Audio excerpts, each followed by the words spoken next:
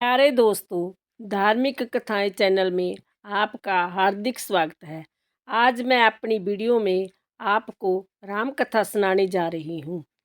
प्यारे दोस्तों, यदि आपने मेरा चैनल धार्मिक कथाएं लाइक और सब्सक्राइब नहीं किया तो ज़रूर करें। बेल आइकन दबाना ना भूलें जो आने वाली सभी वीडियोज़ की जानकारी आपको सबसे पहले हो सके।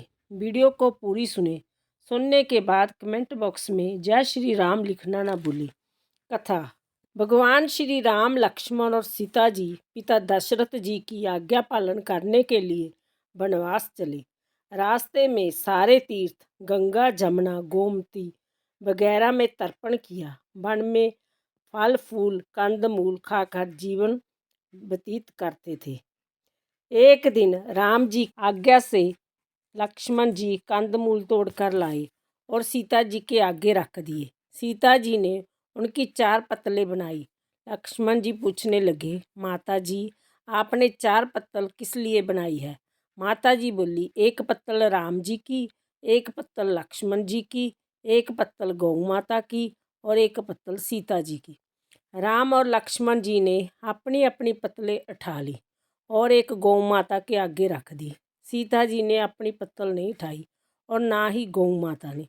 राम जी ने सीता जी से पूछा कि आपने फलीहार क्यों नहीं किया? तब सीता जी ने कहा कि मेरा तो राम कथा कहने का नियम है। राम कथा कहने से पहले मैं फलहार नहीं करूँगी। तब राम जी ने कहा कि राम कथा मुझे सुनाओ।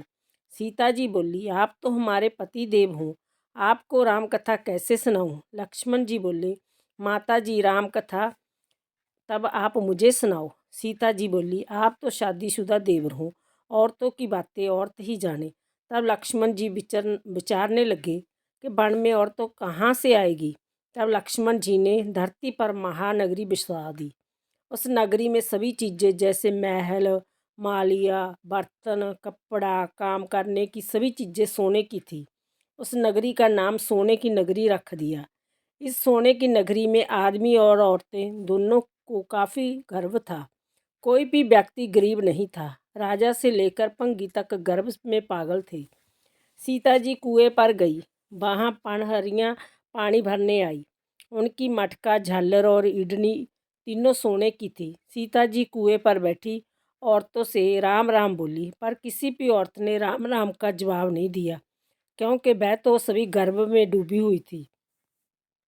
थोड़ी देर में एक डावड़ी आई और सीता जी ने उसे से भी राम राम किया और बोली, आप हमारी राम कथा सुन लो। डावड़ी बोली, आपकी राम कथा मैं नहीं सुनती, मैं तो अपने घर को जा रही हूँ। सीता जी बोली, मेरे राम लक्ष्मण भूखे हैं। डावड़ी बोली, कौन से राम लक्ष्मण?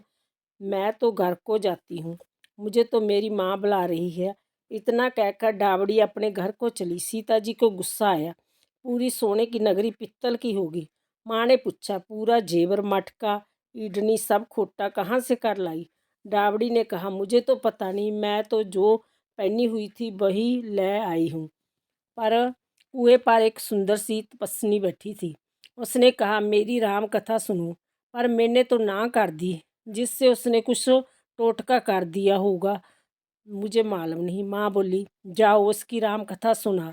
वह तपस्विनी नहीं है, वो तो सीता जी है। वापस जाओ, अपने घर में रिद्धि सिद्धि हो जाएगी। अपनी तो पूरी नगरी ही पित्तल की हो गई है। डावड़ी बोली, मैं तो वापस नहीं जाती। इतने में बेटे की बहू आई। उसने कहा, आपकी आज्ञा हो तो मैं सीता जी का दर्शन कराऊं और राम कथा सुनाऊं। सासू बोली, जा बेटी, सीता जी राम कथा सुना। गहना कपड़ा सब पीतल का ही पहन जा। बहू कुएं पर जाकर बैठ गई। खाली मटका पानी से भरे और फिर खाली करे। जय देख सीता जी बोली, आपके घर में कोई काम नहीं है क्या? बहू बोली, माता जी मैं तो सब कार्य निपटा कर आई हूँ। तब सीता जी बोली, तूने मुझे माता जी कहा। जय सुन, मेरा मन खुशी से हर्षित हो रहा है। अगर समय हो तो मेरी राम कथा सुन लो। बहू बोली, माता जी आप राम कथा सुनाओ, आपकी राम कथा सुनकर ही घर को जाऊंगी। चंदन चौकी मोतियों का हार, राम कथा हमारे गले का हार। राम ते आऊँ राम मनाऊँ, राम कहे तो परदेश जाऊँ। सीता जी ने कहा, तूने मेरी इज्जत रखी, भगवान तुम्हारी इज्जत रखेंगे। हमारी मृत्यु लोक में तूने सहायता की तुम्हारी भगवान स्वर्गलोक में सहायता करेंगे। सीता जी ने राम कथा सुनानी शुरू की। बहू राम कथा सुनने लगी। आओ राम बैठो राम, जल पर झारी लाई राम, किक्कर की दातन लाई राम, ठंडा जल पर लाई राम। सब परिवार पधारो राम, चुगला टोपी पहनो राम, कड़ा कलांगी पहनो राम, मक्खन मिश्री लाई राम। मक्खन मिश्री खाओ राम, स्वर्ण सुहासन लाई राम, स्वर्ण सुहासन बराजो राम, झालर टकोरा लाई राम, झालर टकोरा बजाऊ राम, शंख धमनी लाई राम। झुक झुक पाव लागू राम, निरखता रोमन मोहे राम। शरण अपनी लै लो राम, दूध कटोरा लाई राम। सीता चरण दबाए राम, सुखवर सेज सोए राम, चालर पंखा ढोले राम, हमें राम तुम्हें राम। रोम रोम में बसो श्री राम, घट घट में विराजो राम। मुख में तुलसी बोले राम, खाली बैठे क्या काम। जब बोले जब राम ही राम, बोले पंछी राम ही राम। पूर्ण होए सब काम, मेवा चिरंजी लाई राम। रुच रुच भोग लगाओ राम, खट्टा मिठा चखो राम। चरखा परखो लाई राम, चरखा परखो चखो राम। जो पाए सो ले लो राम, मन में धोखा रखना नाम। राम कथा पूर्ण हुई तब सीता जी बोली, आपने हमारी राम कथा सुनी, हमारी सहायता की, आपने हमारे भूखे राम लक्ष्मण को खाना खिलवाया। भगवान आपको सातों स्वर्गों को का सुख देगा। सीता माता का आशीर्वाद ले बहू अपने घर जाने लगी। सीता जी ने अपने गले का हार तार कर बहू को पहना दिया। बहू अपने घर सासू जी को बोली कि मेरा मटका सिर से तारो। सासू जी बोली, हे बेटी, हीरा पन्ना का गहना कपड़ा और मटका, सिर का झालर इडनी हीरा से जलमला रहा है, यह सभी चीज़ें तू कहाँ से लाई? राजा जी सुनेंगे तो दंड देंगे। बहू बोली, मैं तो सीता जी से उनकी राम कथा सुनकर आ रही थी, उनकी कृपा से जय सभी हुआ है। सास बोली, ठीक है, रोज तुम राम कथा सुनाया करो। बहू रोज सीता जी के पास राम कथा सुनने जाने लगी। सुनते सुनते वर्ष गुजर गया। तब बहू ने कहा, माता जी कहानी का अध्यापन बताओ। माता जी बोली, 7 लड्डू, 1 नारियल लेना और फिर उनका 7 भाग करना। 1 भाग मंदिर में चढ़ाओ, मंदिर बनाने का जितना फल मिलेगा। 1 भाग तालाब में चढ़ाने से तालाब खुदवाने जितना धर्म होगा। 1 भाग भागवत पर चढ़ाने से भागवत सुनने का फल मिलेगा।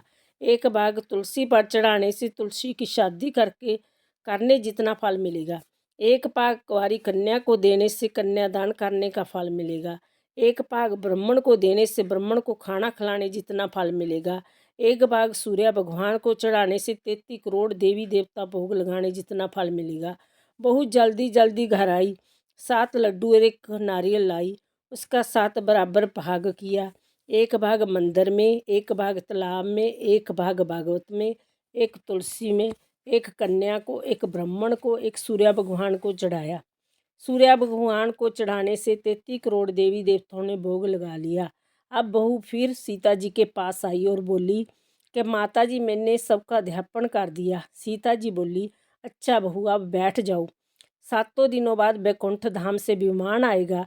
7 दिनों के बाद ही वैकुंठ धाम में विमान रिमझिम करता आया। बहू बोली, सासू जी विमान आया है, आप भी चलो। सासू जी बोली, हे बहू, मैं अकेली कैसे जाऊं? आपने ससुर जी को ले लो, माता पिता को ले लो, भाई बंधु कुटुंब कबीले को ले लो, अड़ोसी पड़ोसी को ले लो। बहू ने सबको विमान में बैठा लिया। विमान फिर भी खाली रहा। इतने में ननद आई और बोली, भाभी जी, मुझे भी विमान में बैठा लो। माता जी ने देखा विमान में जगह ही नहीं है। बहू सीता जी को बोला, माता जी, हमारी नंद रानी को भी बैठाओ। सीता जी बोली, आपकी नंद घमंड में भरी हुई है, हमारा विमान कच्चे धागे से बना हुआ है, यह टूट जाएगा। नंद बोली, भाभी जी, मैं जहाँ अकेली रहूँगी तो सांप बिच्छू खा जाएंगे। भाभी जी बोली, आपकी करनी आप ही भोगो, हम अपनी करनी से सीता माता के साथ जा रहे हैं। इतने में बहू अपने पति देव के साथ विमान में विराजमान हो गई। यह देख नगर के सभी लोग इकट्ठे हो गए और पूछने लगे, बहू, आपने ऐसा कौन सा धर्म का कार्य किया जो सीता जी के साथ विमान में वैकुंठ धाम को जा रहे हूँ? आपने रामायण का पाठ किया या गीता जी का पाठ किया या कोई खंड पुण्य किया जिससे कि स्वर्ग से विमान लेने आया है? बहू बोली, मैंने तो केवल सीता माता जी से राम कथा सुनी, उसका अध्यापन किया। नगरी राम नगरी के लोग कहने लगे, बहू हमें भी राम कथा सुनाओ। बहू ने सबको राम कथा सुनाई। कथा संपूर्ण होते ही पूरी नगरी सोने की होगी। बहू बोली, जो कोई राम कथा की 108 पुस्तकें बांटेगा उनको भी उतना ही फल मिलेगा जितना बहू को मिला। सभी नगरवासियों ने राम जी की जय जयकार की। सीता जी ने सबों को विमान में बिठा लिया। विमान स्वर्ग के रास्ते चल पड़ा। स्वर्ग के सातों द्वार अपने आप खुल गए। प्रथम द्वार पर नाग देवता सामने आए। सातों द्वार पार करने के बाद विमान स्वर्ग से नीचे उतरा। 33 करोड़ देवी देवता बहू से पूछने लगे, तुमने ऐसा कौन सा पुण्य का कार्य किया जिसके स्वर्ग के सातों द्वार पार करके हमारे पास आई हूँ। बहू बोली, मैंने तो सीता माता जी से राम कथा सुनी, उसका अध्यापन किया। 33 करोड़ देवी देवता बोले, हमें भी राम कथा सुनाओ। बहू ने सबको राम कथा सुनाई। बहू ने कहा, राम त्याऊँ राम मनाऊँ, राम कहे तो परदेश जाऊँ। सभी देवी देवता सीता माता की जय जयकार करने लगे। आप भी सब मिलकर बोलो, जय श्री राम, जय श्री राम, सीता माता की।